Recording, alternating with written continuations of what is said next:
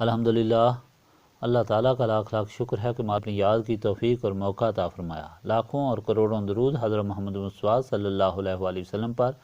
جن کے طفیل مالک الملک نے یہ مہربانی عطا فرمائی۔ سامعین کرام، اللہ تعالیٰ نے قرآن پاک میں ارشاد فرمایا،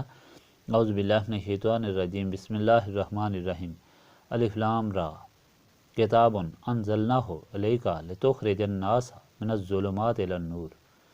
باذن ربہم الی صراط العزیز الحمید۔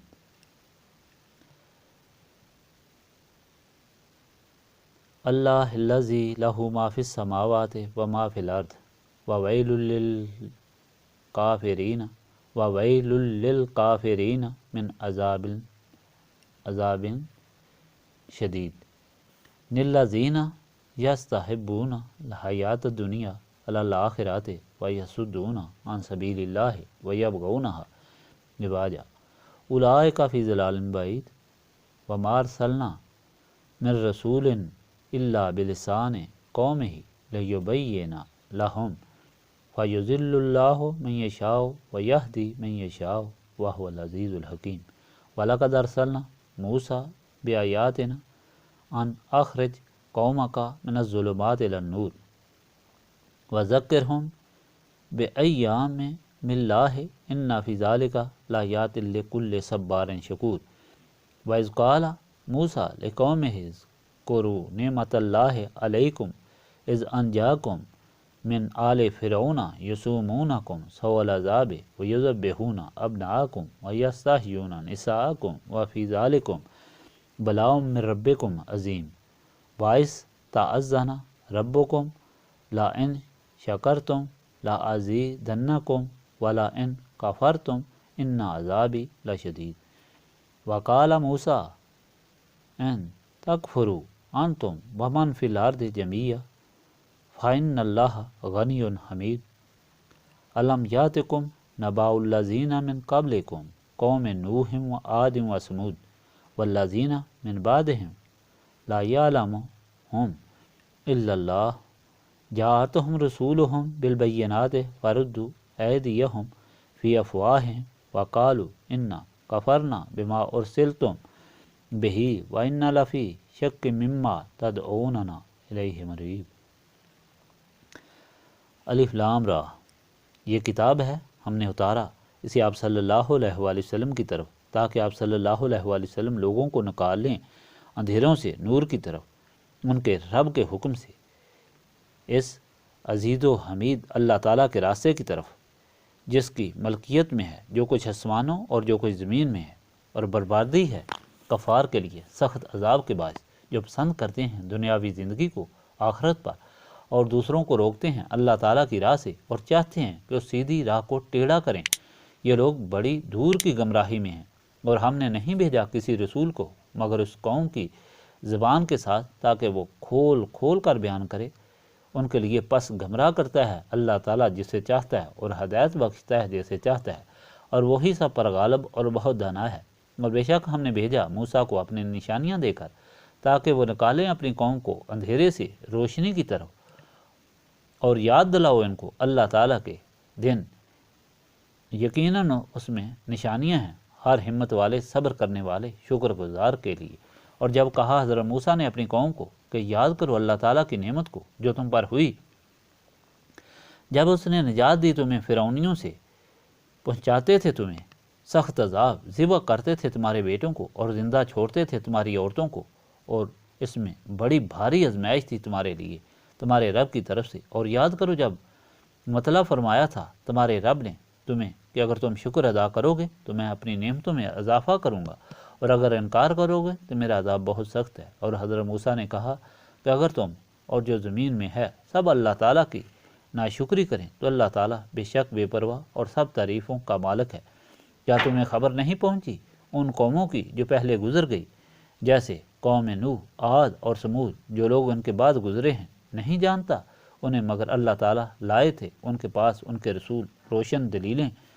پس انہوں نے ڈال دی اپنے ہاتھ اپنے منہ میں اور کہا کہ ہم انکار کرتے ہیں اس دین کا جس کے ساتھ تم بھیجے گئے ہو اور جس کی تم ہمیں دعوت دیتے ہو، اس میں ہم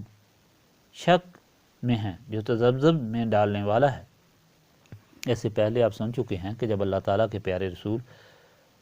صلی اللہ علیہ وآلہ وسلم نے اللہ تعالیٰ کے حکم سے اللہ تعالیٰ کی مخلوق کو اللہ تعالیٰ کی طرف بلایا تو منکرین نے بے شمار اذیتیں دینے کے علاوہ مذاق اڑایا اور پھر بہودہ اور بے معنی اعتراضات کیے، مثلا یہ کہ حضور پاک صلی اللہ علیہ وآلہ وسلم نے نکاح کیوں کیے، ان کی اولاد کیوں ہو گئی، آپ صلی اللہ علیہ وآلہ وسلم پہلے نبیوں کی طرح معجزات کیوں نہیں دکھاتے، آپ صلی اللہ علیہ وآلہ وسلم نے پہلے کتب سماوی کی بہت سی باتیں منسوخ کیوں کر دیں۔ اس پر اللہ تعالیٰ نے فرمایا کہ یہ اعتراضات تمہارے حسد اور بغض اور بدبختی کی وجہ سے ہیں، ورنہ تمہیں معلوم ہے کہ پہلے جتنے رسول گزرے ہیں سب نے نکاح کیے، سب کی اولادیں ہوئیں سوائے حضرت عیسیٰ کے۔ معجزات تو نبی اپنی مرضی سے نہیں دکھاتے، بلکہ جب یہ بد باطن اعتراض کرتے ہیں تو اللہ تعالیٰ معجزہ اپنے نبی کو دکھاتا ہے اور عطا فرماتا ہے، اور جو اس معجزے کے بعد بھی ایمان نہیں لاتے تو پھر ان کو سخت عذاب میں مبتلا کیا جاتا ہے۔ اور اب چونکہ مخلوق میں رحمت للعالمین موجود ہیں، اس لیے اس قسم کا نیست و نابود کر دینے والا عذاب نہیں آئے گا۔ معجزہ تو خود حضور پاک صلی اللہ علیہ وآلہ وسلم کی ساری اپنی زندگی اور قرآن پاک معجزہ ہے، جس جیسی ایک آیت بھی سب مل کر بھی نہ بنا سکے، اور پہلی کتب سماوی کی کچھ باتیں اس لیے منسوخ کی گئیں کہ وہ اس وقت کے حالات کے مطابق تھیں۔ اب وقت اور حالات کے مطابق یہی فرمان ہے، اور اس فرمان میں اب تبدیلی اس لیے نہیں کی جائے گی کیونکہ یہ آخری کتاب ہے، اس لیے تمام احکام فرامین ایسے ہیں کہ اب کوئی چیز باقی نہیں رہی ہے، ہر چیز اس کتاب میں موجود ہے۔ اس کے ساتھ حضور پاک صلی اللہ علیہ وآلہ وسلم کی احادیث بھی آپ کو سنائی تھیں کہ تمام علوم لوح محفوظ میں موجود ہیں۔ جو اللہ تعالیٰ کے پاس ہے تو اللہ تعالیٰ جو چاہتا ہے اسے ہٹا دیتا ہے، اور جو چاہتا ہے اسے قائم رکھتا ہے۔ اب یہ تبدیلیاں اللہ تعالیٰ کی مرضی سے ہوتی ہیں، اور دعا جو خلوص دل سے اللہ تعالیٰ کے سامنے کی جاتی ہے اسے اللہ تعالیٰ اپنی رحمت سے قبول فرماتا ہے۔ صدقہ سے زندگی میں اور اضافہ ہوتا ہے، بدبختی نیک بختی میں بدل جاتی ہے، دعا تقدیر کو بدل دیتی ہے۔ یہی وجہ ہے کہ اللہ تعالیٰ کی بارگاہ کے سوالی مصیبت زدہ لوگ اللہ تعالیٰ کے ان بندوں کے پاس دعا کے لیے جاتے ہیں جن کے متعلق انہیں یہ یقین ہوتا ہے کہ وہ دن رات اللہ تعالیٰ کی رضا کے طالب رہتے ہیں، اس لیے ان کی دعا کو اللہ تعالیٰ رد نہیں کرتا۔ اس کے ثبوت میں آپ کو شیخ عبد القادر جیلانی کا فرمان اور حضرت مجدد الفسانی کی دعا سے بدبختی کا نیک بختی میں بدلنا بتایا تھا، اور ساتھ ہی یہ حقیقت بھی بتائی تھی کہ نسبت رسولی صلی اللہ علیہ وآلہ وسلم کے جن کے قلوب و دماغ منور ہو جاتے ہیں، وہ اگر بدبخت بھی ہوں تو نیک بخت بن جاتے ہیں، کیونکہ وہ اللہ تعالیٰ کے مخلص بندے بن جاتے ہیں۔ آج کے فرمان میں بھی اللہ تعالیٰ نے اپنی مہربانی کا ذکر فرمایا اور منکرین کے انکار کا بھی ذکر فرمایا۔ اللہ تعالیٰ نے فرمایا کہ نبی پاک صلی اللہ علیہ وآلہ وسلم کو مخلوق کی ہدایت کے لیے بھیجا گیا کہ مخلوق کو صراط مستقیم بتائیں، علم دین سکھائیں، اور پھر اس پر لوگوں کو چلائیں اور ان کو پاک کریں، جس طرح آپ صلی اللہ علیہ وآلہ وسلم کو اس مقصد کے لیے قرآن پاک عطا فرمایا گیا۔ یہ فرمایا گیا کہ پہلے بھی انبیاء اور رسل آئے، حضرت نوح سے لے کر آپ صلی اللہ علیہ وآلہ وسلم تک، جو اپنی قوموں کو یہ ہدایت دیتے رہے کہ تمہارا مالک اور خالق اللہ تعالیٰ ہے، اور جو کچھ زمین اور آسمانوں میں ہے سب اسی کی تخلیق ہے، جو وہی زندہ کرتا ہے، وہی مارتا ہے، اور قیامت کے دن اٹھا کر حساب لے گا۔ جو حکم مانیں گے ان کو اللہ تعالیٰ اپنی مزید نعمتوں سے نوازے گا، اور جو انکار کریں گے ان کے لیے دردناک عذاب ہوگا۔ اللہ تعالیٰ فرماتا ہے جس طرح اب یہ بد وقت نبی پاک صلی اللہ علیہ وآلہ وسلم کا انکار کرتے ہیں اور تکلیفیں دیتے ہیں، اس طرح پہلی قوموں نے انکار کیا رسالت کا، اور پھر اللہ تعالیٰ کی قدرت کا، تو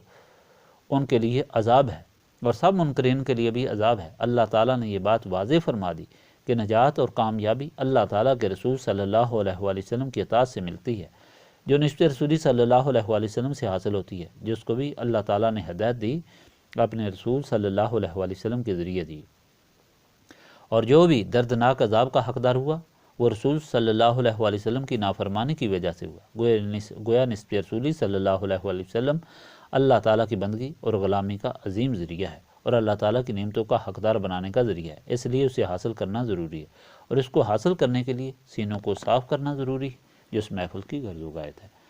اللہم صلی علی سیدنا محمد وعلی آلہ وصحبہ صلاۃ تکون لنا امان من کل خوف، لا الہ الا انت سبحانک انی کنت من الظالمین۔ ربنا آتنا فی الدنیا حسنۃ وفی الآخرۃ حسنۃ وقنا عذاب النار۔ ربنا لا تزغ قلوبنا بعد إذ هديتنا وهب لنا من لدنك رحمة إنك أنت الوهاب۔ انت ولی فی الدنیا والآخرہ توفنی مسلما والحقنی بالصالحین اللہم انک عفو تحب العفو فاعف عنی یا غفور یا غفور یا غفور استغفر اللہ العظیم الذی لا الہ الا هو الحی القیوم واتوب الیہ ربنا تقبل منا انک انت السمیع العلیم وتب علینا انک انت التواب الرحیم سبحانک ربک رب العزۃ عما یصفون وسلام علی المرسلین والحمد للہ رب العالمین۔